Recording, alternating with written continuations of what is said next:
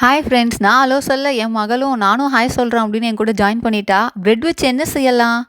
Okay, super. Bread பீஸா செய்யலாமா? One ஆனியனை வீடியோவில் பார்க்குற மாதிரி தனித்தனி லேயராக எடுத்து அதை ஸ்மால் ஸ்மால் பீசஸாக கட் பண்ணிக்கலாம்.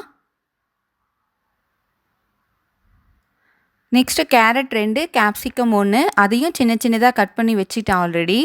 நெக்ஸ்ட்டு 1 டொமேட்டோ சேம் ஸ்மாலாக கட் பண்ணிக்கலாம். நெக்ஸ்ட்டு கொத்தமல்லி ஒரு கைப்பிடி அளவு கிள்ளி நல்லா வாஷ் பண்ணி அதையும் தனியாக ஒரு பவுலில் எடுத்து வச்சுக்கலாம். நெக்ஸ்ட்டு 2 பச்சை மிளகாவை சின்ன சின்னதாக கட் பண்ணிக்கலாம்.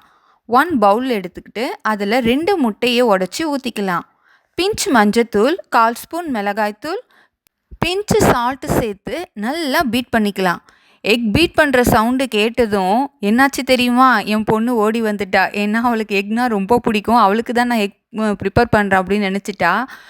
நெக்ஸ்ட்டு ப்ரெட்டை 4 கார்னர்ஸை கட் பண்ணி ரிமூவ் பண்ணிடலாம்.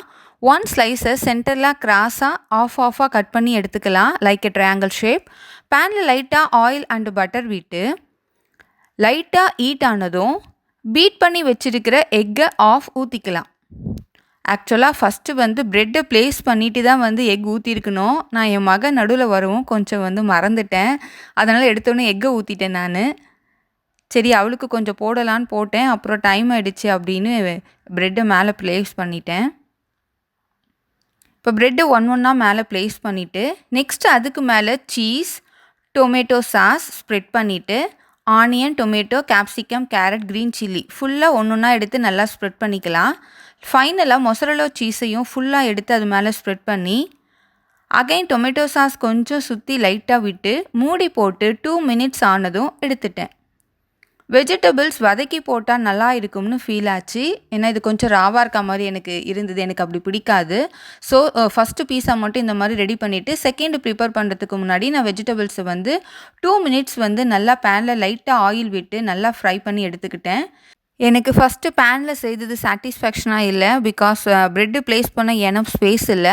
ஸோ இப்போ நான் தோசை தவா எடுத்துக்கிட்டேன். லைட்டாக பட்டர் விட்டு ஃபஸ்ட்டு ப்ரெட்டை ப்ளேஸ் பண்ணிவிட்டு உடனே சுற்றியும் ப்ரெட்டு அந்த சென்டர் கேப்லலாம் முட்டையை ஊற்றி சுற்றி லைட்டாக ஆயில் விட்டு 1 மினிட் ஆனதும் திருப்பி போட்டுக்கலாம். இப்போது சீஸ் ஃபுல்லாக அப்ளை பண்ணிக்கலாம். நெக்ஸ்ட்டு பீஸா சாஸ் என்கிட்ட இல்லை. ஸோ டொமேட்டோ கெச்சப் ஃபுல்லாக ஸ்ப்ரெட் பண்ணிட்டேன். உங்கள்கிட்ட பீஸா சாஸ் இருந்தால் அதை ஃபுல்லாக ஸ்ப்ரெட் பண்ணி விட்டுருங்க. நெக்ஸ்ட்டு ஒரு காமெடி பண்ண என்ன தெரியுமா? வேறு என்ன போடலாம் அப்படின்னு ஃப்ரிட்ஜ் ஓப்பன் பண்ணி பார்த்தேன்னா கெபாபோட சில்லி சாஸ் இருந்துச்சு. ஸோ ஏன் அதை வேஸ்ட் பண்ணோம், அதையும் எடுத்து ஊற்றலாம் அப்படின்னு சொல்லிவிட்டு அதையும் மேலே எடுத்து ஃபுல்லாக ஸ்ப்ரெட் பண்ணிட்டேன்.